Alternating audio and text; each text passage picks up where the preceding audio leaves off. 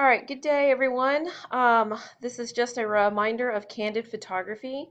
Reminder that candid photography is catching people doing what they do, which means capturing people as they are. So we're going to cover that a little bit today in this PowerPoint. Just a reminder that a genuine smile is preferable to a forced one, so you're going to have to be spontaneous. Spontaneous means to be kind of random. You're going to have to try to catch people just going about their business, and if they're smiling, even better. You want to strive for photos where your subjects look natural and not posed.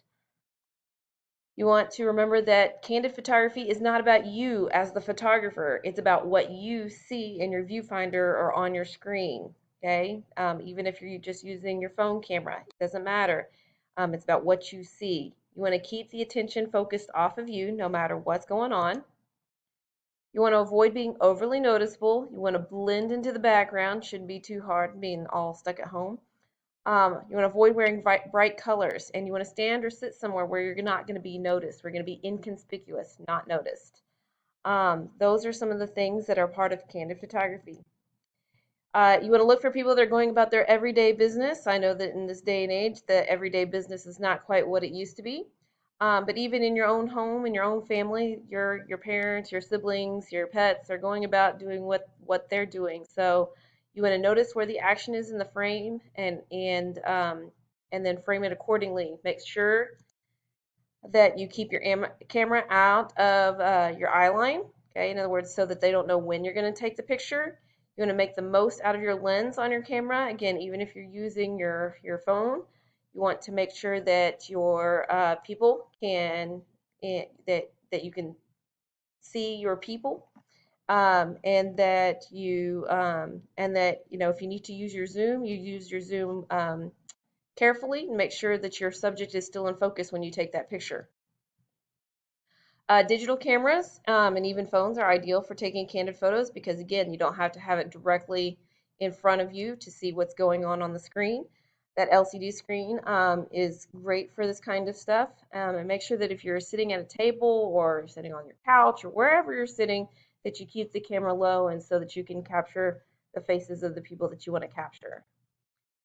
Be sure to follow the rule of thirds. Make sure you have that grid on. Even a lot of cameras have a grid function. Even your phones have a grid function on most of them. That is the rule of thirds. So make sure you turn that on to help you frame your subjects accordingly.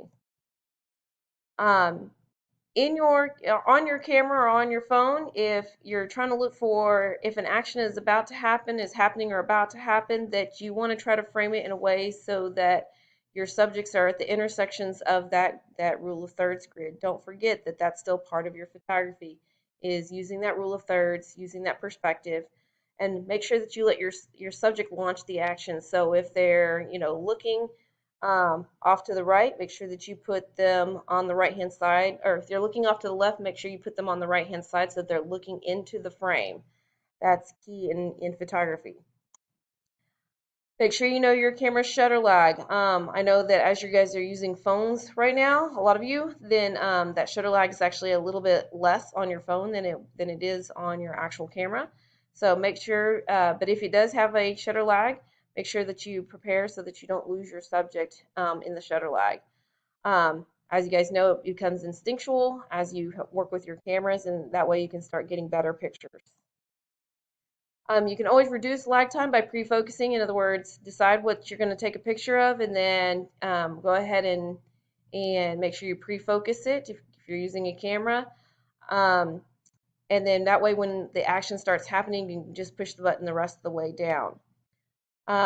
Make sure that you're getting something good. Remember, we want to see faces, not the backs of heads and stuff. Just like I said, we want to make sure that we don't capture backsides and backs of heads and people's butts and things like that. You're trying to capture people as they are.